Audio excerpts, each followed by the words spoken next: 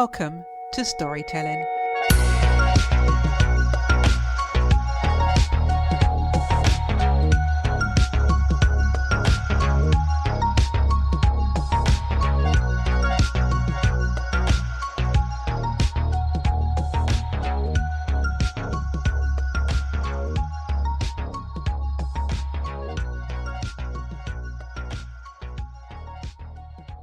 This week's guest is a business alignment coach. She believes that your experience is your expertise, empowering you to create a business that lights you up based on your passions and lifestyle. Her goal in life is to make people feel seen, heard, included, valued, and appreciated. Sharing her story, please welcome Hanna Noel. Hello, Hanna, and welcome to the podcast. Hello, Debbie. Thanks for having me. I'm so excited and honored to be here. Hanna, you're very passionate about helping women align their purpose and passions into a business. How did this come about? Oh, man.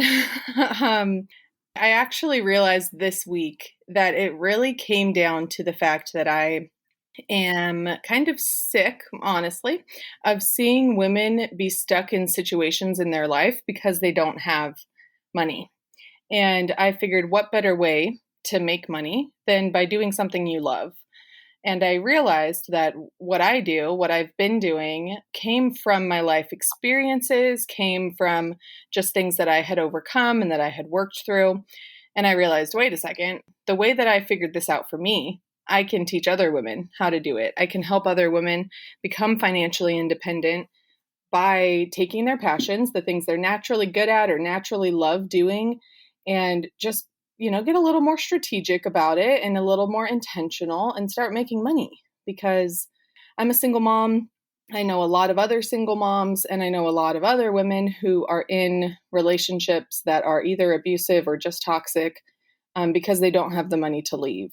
And most of the single moms that I know were in similar relationships, and they did get the courage to leave, but they've struggled a lot financially since then.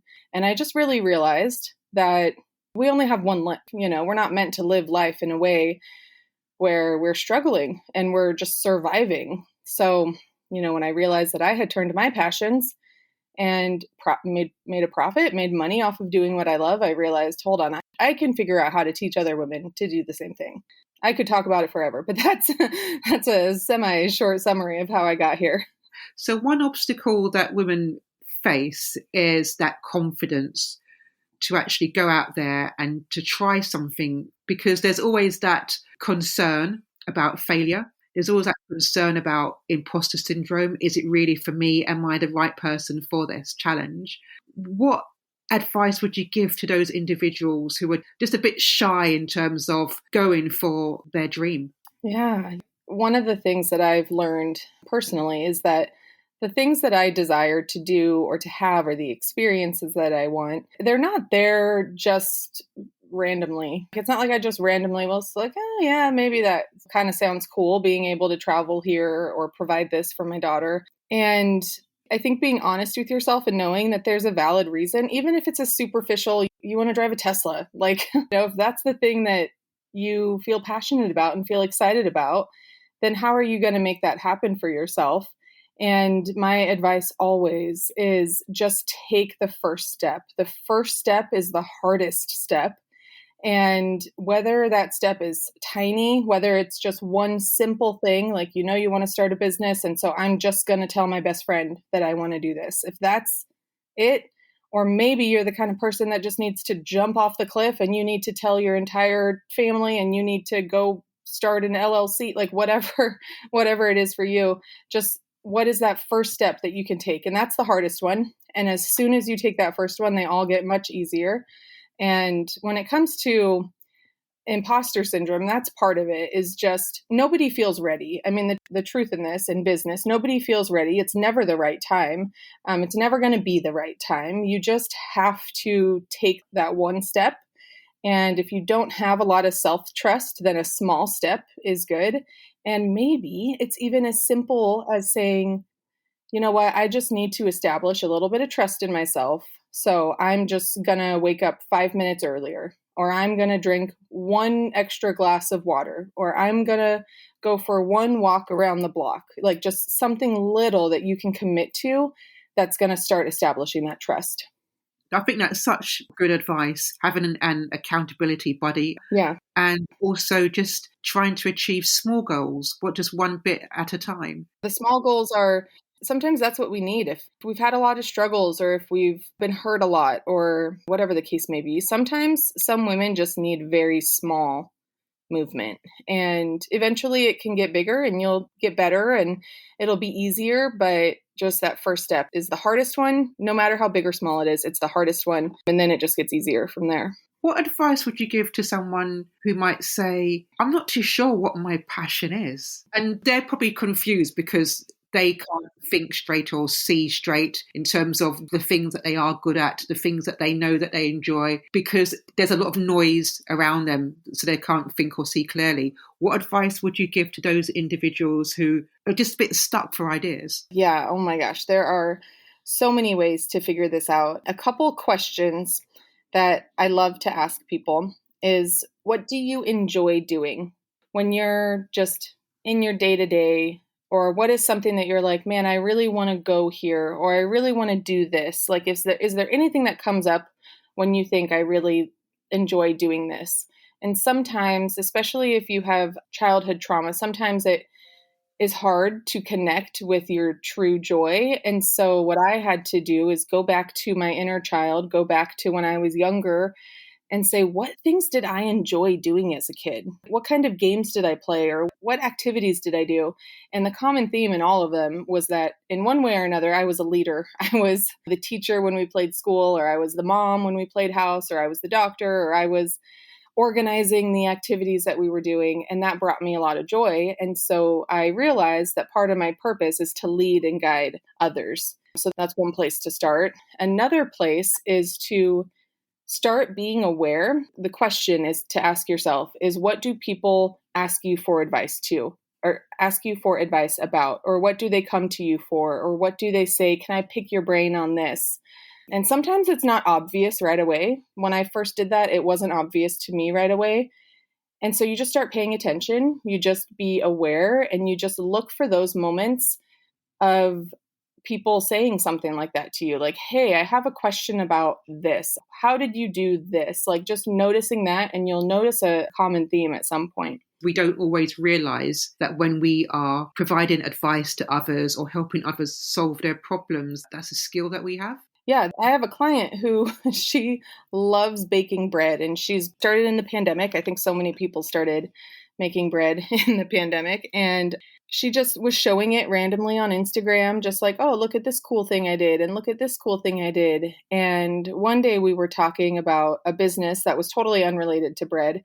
And there was a couple people who messaged me and her saying she better be selling her bread or selling her recipes or selling something related to bread. Mm. And she was like, oh, people will pay me to learn how I've done this. And I was like, yeah, I'm like, they will, but you have to be excited about it. You have to want to do it. If it's just something you do for yourself because it brings some peace and you wouldn't want to make a business out of it, then don't do it. Don't do something just because someone will pay you for it. Like, you still want it to be something you enjoy. But yeah, I mean, those things come so naturally to us and we don't even realize that someone would pay us for them.